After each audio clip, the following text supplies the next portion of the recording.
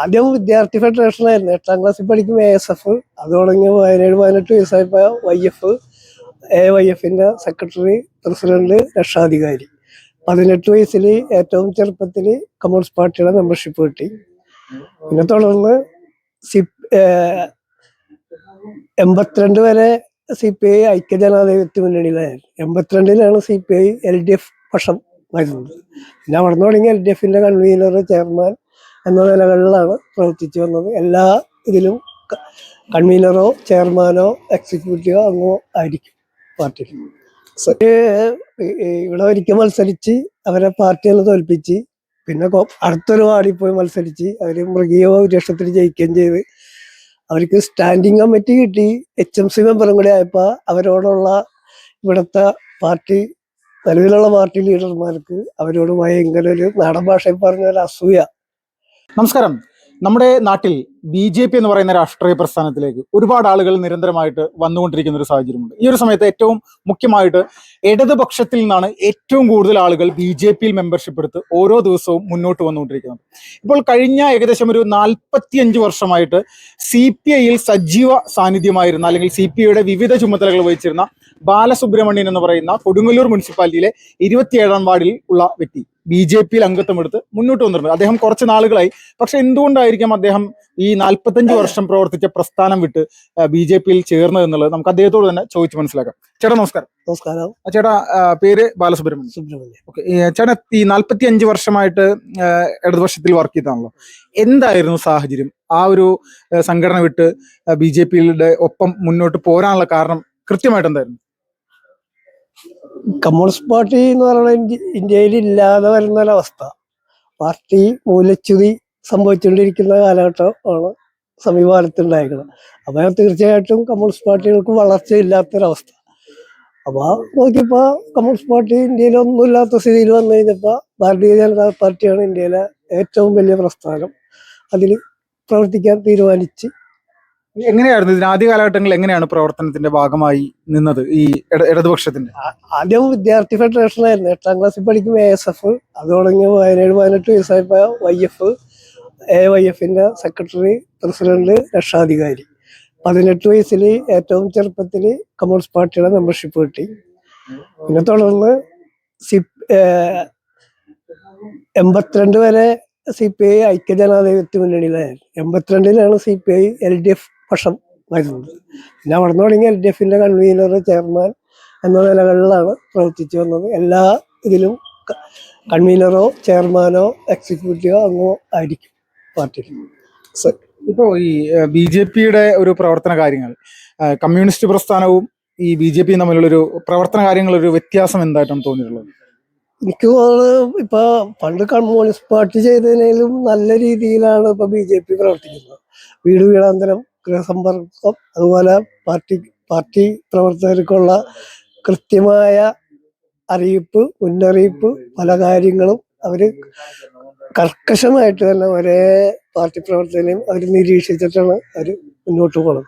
ഞാനപ്പോൾ അതിൽ എനിക്ക് പാർട്ടിയിൽ കയറിയപ്പോൾ തന്നെ മോർച്ചയുടെ വൈസ് പ്രസിഡന്റായി, പിന്നെ വൈസ് പ്രസിഡന്റായി, ഇപ്പൊ സെക്രട്ടറി ആയിട്ട് പാർട്ടി തന്നെ പ്രൊമോട്ട് ചെയ്തത്. അപ്പൊ എല്ലാ പ്രവർത്തനം അവർക്കും താല്പര്യമാണ്. ഈ വാർഡ് തലത്തിലായാലും ഏരിയ തലത്തിലായാലും മണ്ഡലം തലത്തിലായാലും ഞാൻ സജീവ സാന്നിധ്യം ഇപ്പൊ BJPയിലുണ്ട്. ഈ പാവങ്ങളുടെ ഒരു രാഷ്ട്രീയ പ്രസ്ഥാനം എന്നായിരുന്നല്ലോ കമ്മ്യൂണിസ്റ്റ് പാർട്ടി, CPIയുടെ ഒരു പ്രധാന മുഖമുദ്ര. യഥാർത്ഥത്തിൽ എന്തുകൊണ്ടായിരിക്കാം ഈ ജനങ്ങൾ CPI ഉപേക്ഷിച്ചുകൊണ്ട്, അല്ലെങ്കിൽ ഈ ഒരു പ്രസ്ഥാനം, ദേശീയ രാഷ്ട്രീയ പാർട്ടി പദവി പോലും നഷ്ടപ്പെട്ട ഒരു സിറ്റുവേഷൻ, അതൊരു വലിയൊരു തിരിച്ചടിയാണ് CPIയെ സംബന്ധിച്ച്. എന്തുകൊണ്ടായിരിക്കും അങ്ങനെ ഒരു സാഹചര്യത്തിൽ ജനങ്ങളിൽ നിന്ന് അകന്നു പോകാനുള്ള കാരണം എന്താണ്? തീർച്ചയായും വലിയ തിരിച്ചടിയാണ് പാർട്ടിക്ക് ഉണ്ടായേക്കുന്നത്. ഇന്ത്യയിലും പല സംസ്ഥാനങ്ങളിലും മൃഗീയ ഭൂരിപക്ഷം ഉണ്ടായിരുന്ന CPI ഇപ്പൊ നശിച്ച് നാരായണക്കല്ലായിരിക്കുന്ന ഒരു അവസരം. ബീഹാറിൽ തന്നെ ഏതാണ്ട് 46 MLA-മാരുണ്ടായി. ഇപ്പൊ സൃഷ്ടിച്ച് ഇപ്പൊ 2 MLA-മാരെ കഷ്ടിച്ചാണ് ജയിപ്പിക്കുന്നത്.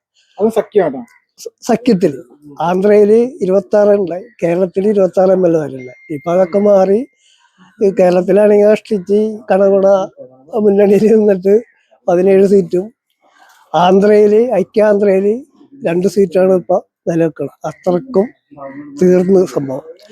അസാമില്, പഞ്ചാബില്, ഒറീസയില്, മണിപ്പൂര്, യു.പിയില് ഫൈസാബാദില് MP വരെ ഉണ്ടായിരുന്ന പാർട്ടിയാണ്. ഫൈസാബാദില് ഇപ്പൊ അയോധ്യ സ്ഥിതി ചെയ്യുന്ന സ്ഥലത്ത് ഫൈസാബാദില് മിത്ര യാദവ് MP ആയിരുന്നതാണ്.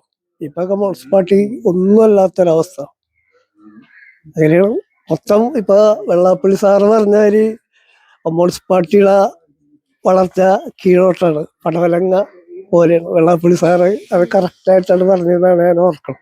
ഈ നിരവധി ഇലക്ഷനുകളിൽ ഇടതുപക്ഷത്തിന് വേണ്ടി പ്രവർത്തിച്ച ആളാണല്ലോ.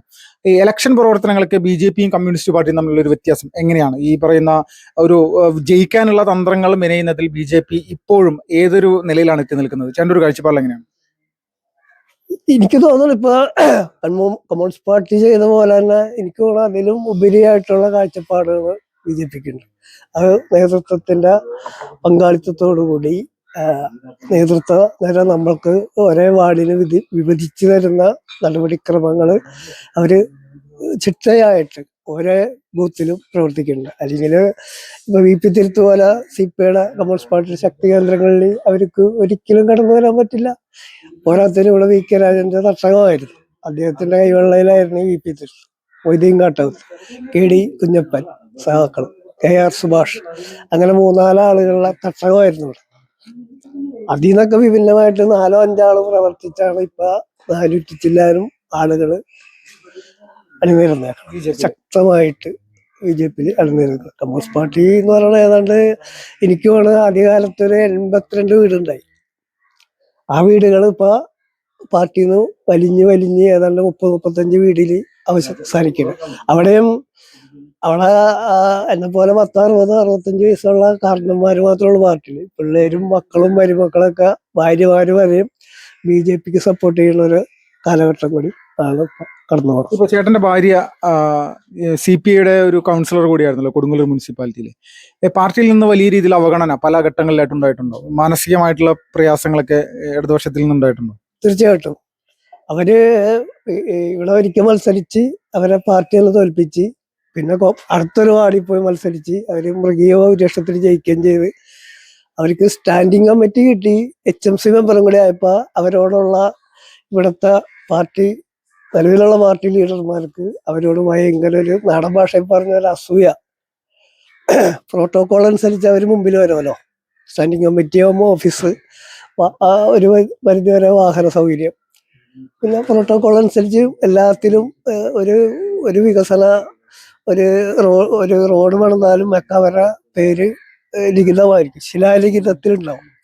അങ്ങനെ വന്നപ്പോ നമ്മളെ ഇവിടുത്തുള്ള പല ആളുകളും പുള്ളിക്കാരത്തിനെ മാനസികമായി പീഡിപ്പിച്ച് വേദനിപ്പിച്ചാണ് ദിവസങ്ങൾ കഴിഞ്ഞത്. എന്നാ അവരും ഒരു കമ്മ്യൂണിസ്റ്റ് പശ്ചാത്തലമുള്ള കുടുംബമായിരുന്നു.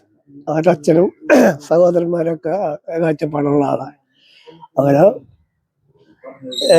ആശയപരമായി അവർ മുമ്പിലാണെങ്കിലും അവരെ സംഘടിതമായിട്ടാണ് അവരെ ആക്രമിച്ചത്. ഇപ്പോൾ ഈ വർഷങ്ങളോളം ഇടതുപക്ഷത്തിൽ പ്രവർത്തിച്ച് മുന്നോട്ട് വന്നിട്ടുണ്ടായിരുന്ന ഒരു സാഹചര്യം നോക്കുമ്പോൾ സംഘപരിവാർ സംഘടനയിലേക്ക് കടന്നു വന്ന സമയത്ത് എന്തായിരുന്നു ചേട്ടൻ്റെ ഒരു മാനസികമായിട്ട് എങ്ങനെയായിരുന്നു? ആദ്യം എല്ലാ കാര്യങ്ങളും ഉൾക്കൊണ്ട് മുന്നോട്ട് പോകാനുള്ള ഒരു മാനസികാവസ്ഥ ഉണ്ടായിരുന്നു? ഞാന് കമ്മ്യൂണിസ്റ്റ് പാർട്ടി വിട്ട് BJPയിൽ വന്നപ്പോ എനിക്ക് പെട്ടെന്നൊരു ആശങ്ക വന്നു. പിന്നീട് അത് നോക്കിയപ്പോ എൻ്റെ പല കസിൻസും കൗൺസിലേഴ്സും അതുപോലെ മറ്റു വാർഡുകളിൽ ഉത്തരവാദിത്തപ്പെട്ട സ്ഥാനത്തിരിക്കുന്നുണ്ട്. അപ്പൊ ഞാൻ കൊടുങ്ങല്ലൂര് സെന്ററിൽ ചെന്ന് കഴിഞ്ഞപ്പോ എല്ലാവരും എൻ്റെ തോളത്ത് കൈയിടുന്നത് അമ്മാവ, ഇളയച്ച എന്ന് വിളിക്കുന്നത്. അവരൊക്കെ പാർട്ടി പ്രവർത്തകരാണ്. അപ്പൊ എനിക്ക് നല്ല ഫ്രീഡമായി. ഇപ്പോഴും അവര് ഇപ്പൊ ഒരു സഹോദരിയുടെ പുത്രൻ ടെമ്പിൾ വാർഡ് കൗൺസിലറാണ്. പല ആളുകളും പാർട്ടിയുടെ ലീഡർഷിപ്പിലുണ്ട്. അപ്പൊ പിന്നെ എനിക്ക് വീണ്ടും സൗകര്യമായി, ഫ്രീഡം. വളരെ നന്ദിയായിട്ട് ഒരു സമയത്ത് പ്രത്യേകിച്ച് കൊടുങ്ങല്ലൂർ മുനിസിപ്പാലിറ്റിയിൽ ഇടതുപക്ഷത്തിൽ നിന്ന് ഒരുപാട് ആളുകൾ കഴിഞ്ഞ കുറേ നാളുകളായിട്ട് BJPയിൽ അംഗത്വം സ്വീകരിച്ച് മുന്നോട്ട് വന്നുകൊണ്ടിരിക്കുകയാണ്. കമ്മ്യൂണിസ്റ്റ് പാർട്ടിയുടെ ഒരു വലിയ ഉരുക്കുകോട്ടയായിരുന്ന 27-ാം വാർഡായിട്ടുള്ള VP തുരുത്ത് എന്ന് പറയുന്ന പ്രദേശം, ഈ പ്രദേശത്തു നിന്ന് പോലും വർഷങ്ങളോളം ഇടതുപക്ഷത്തിൽ പ്രവർത്തിച്ച ബാലസുബ്രഹ്മണ്യം എന്ന് പറഞ്ഞ വ്യക്തി BJPയിൽ അംഗത്വം സ്വീകരിച്ച് കുറച്ച് നാളുകളായിട്ട് ഇപ്പോൾ പ്രവർത്തിച്ച് മുന്നോട്ട് വന്നുകൊണ്ടിരിക്കുകയാണ്. വലിയ മാറ്റങ്ങളാണ് എല്ലാ ഭാഗങ്ങളും ഉണ്ടായിക്കൊണ്ടിരിക്കുന്നത്. കൊടുങ്ങല്ലൂർ 27-ാം വാർഡായിട്ടുള്ള VP തുരുത്തിൽ നിന്നും വിപിൻ ലാൽ, ഫാസ്റ്റ് റിപ്പോർട്ട്സ്.